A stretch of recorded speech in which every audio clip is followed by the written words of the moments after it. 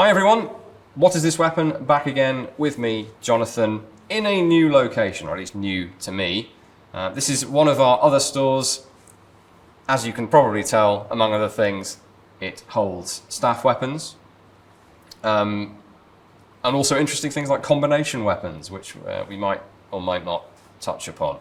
But I have brought in something that's pretty straightforwardly gun-like for this video. It's a flintlock, as you can tell, and looking at the style of this thing, we can probably say, well, definitely say, because we know this, it is end of the 17th century, about 1680, something like that.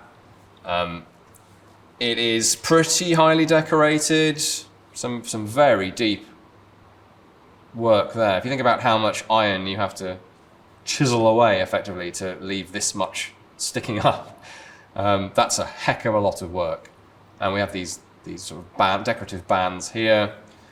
We also have some foliate engraving on the flats of the barrel, because it is an interesting form of what we would tend to call a Spanish barrel. So starting out octagonal and then going round, but it goes round very quickly and the decoration blends in with that. So quite a nice piece decoratively.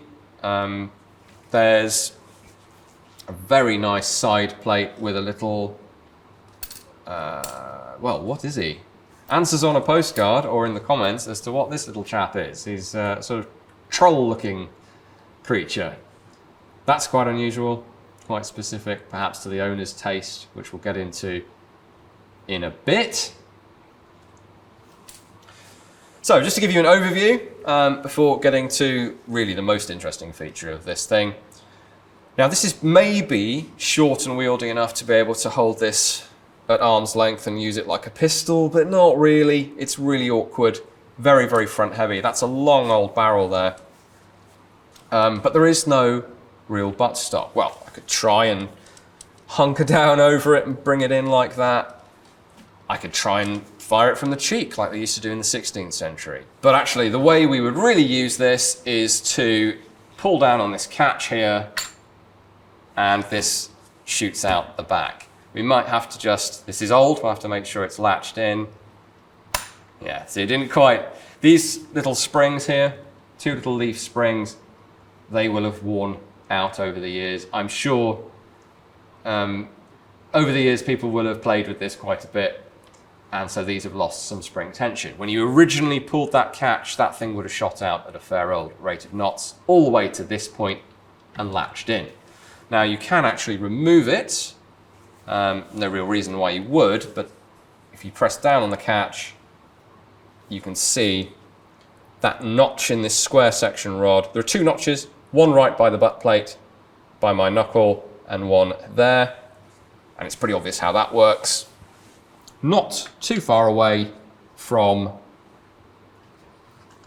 a modern sliding or extending or telescoping buttstock, which is for me why this is, partly why this is so interesting, but there is actually some very cool history associated with this as well. So, what's the point of this? Well, as with all telescoping buttstocks on firearms, when it's extended, you get the full use of the thing, the proper length of pull, the distance from pretty much from the trigger to your shoulder, and that gives me a good position, hold, sight picture, the rest of it. Now, there is no real rear sight, so we are only relying on this front blade, but nonetheless, far, far more stable shooting platform with this extending buttstock. Why not just have it this length permanently? Well, stowage, essentially. The reason why something like an M4, a modern M4 carbine, has a sliding buttstock, yes, you can adjust it to different users' body lengths, but if you go back to the original sliding buttstock on the AR-15, it was like this. It only had two positions. And it was not for adjusting to different body types or body armour. It was just to make it more compact when it was slid shut. You could use it in an emergency with it slid shut, like a submachine gun. In fact, the XM177 AR-15 was designated a submachine gun in American use, which is now the only real people who used it. So, might be bizarre to compare a 1680s flintlock to a 1960s carbine, assault rifle, whatever you want to call it. But it's this exact same design purpose. Keeps it compact for keeping it handy but not ready to go, or not fully ready to go. And then, in this case, with a press of a catch, your buttstock would be ready to use. With the AR-15 example, you press the catch and slide it manually. So in a way, this is actually a bit more sophisticated. Spring-loaded buttstocks do exist on firearms, but they're not that common. There's usually, if you have the time to use, it's very rare that you're caught in an emergency and have to use the gun with the butt shut. So what are we storing this on? Well, if we flip it over again, we have a saddle ring on the side here. So this is a weapon for use from horseback.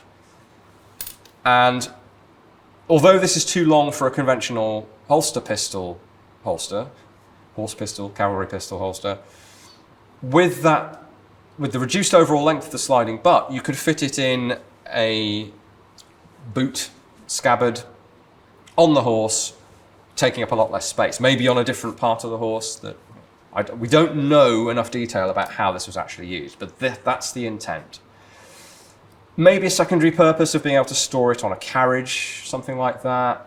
But the fact that this is, when it's deployed, this is effectively a cavalry carbine and has a cavalry carbine saddle ring on it, tells us quite a bit about the design intent and the intent of the owner. So before we get to a bit of the history of the owner of this thing, because rare that we know this, but we know something about the owner of this piece, we need to talk about the maker of this, and I guess the designer as well. He must have been the designer. And buried amongst another bit of decoration on the lock plate, there's another little devilish troll-like monster on the lock plate there, quite unusual. And buried just below him, almost hidden, is W. Upton Oxon. Oxon being, of course, abbreviation for Oxford. And this is William Upton of Oxford. He's got quite an interesting story in his own right as a gun maker and effectively arms dealer to the Royalist forces in the English Civil Wars. The Royalists had their headquarters in Oxford for quite a long time, making it a perfect centre for him to produce and sell firearms to his chosen side, and he was very much a supporter of the Royalists. So Upton was thanked for his Civil War service by being granted the freedom of Oxford in 1647, and he became a constable in 1681. And he was active, still making firearms until 1698. Now, the other individual associated with this is the owner, and his crest, and this is the only reason we know this, always helpful when people either write their names or put their crests or coats of arms on a piece. So we have a brass escutcheon here, not silver, which is an interesting choice.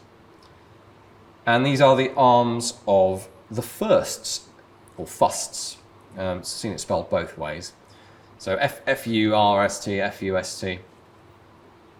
Spelling not quite standardised in the 17th century yet.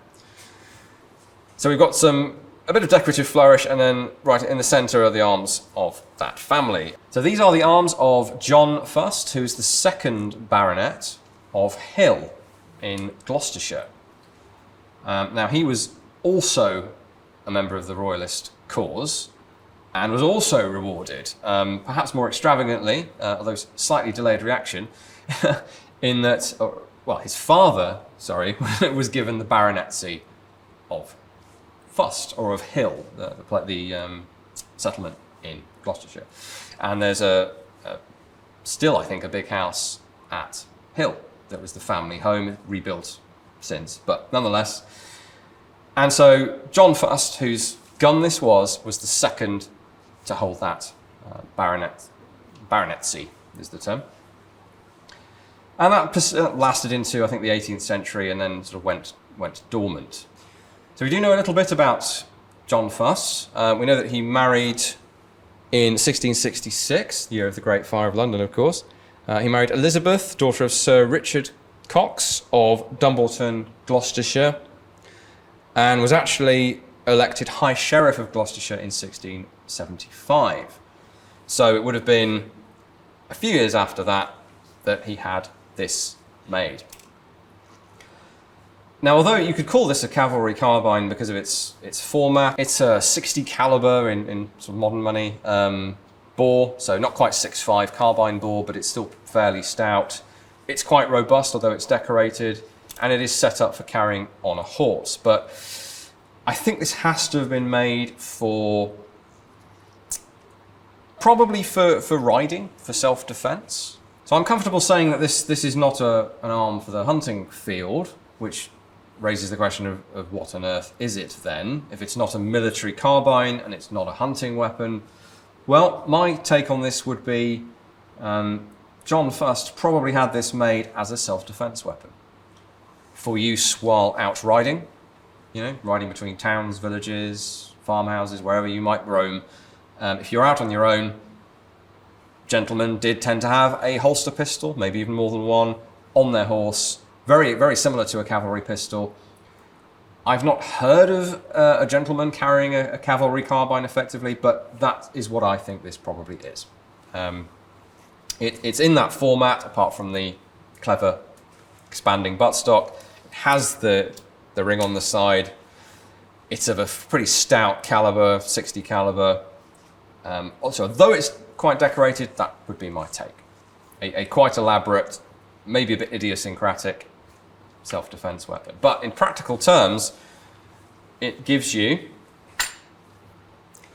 what it does give you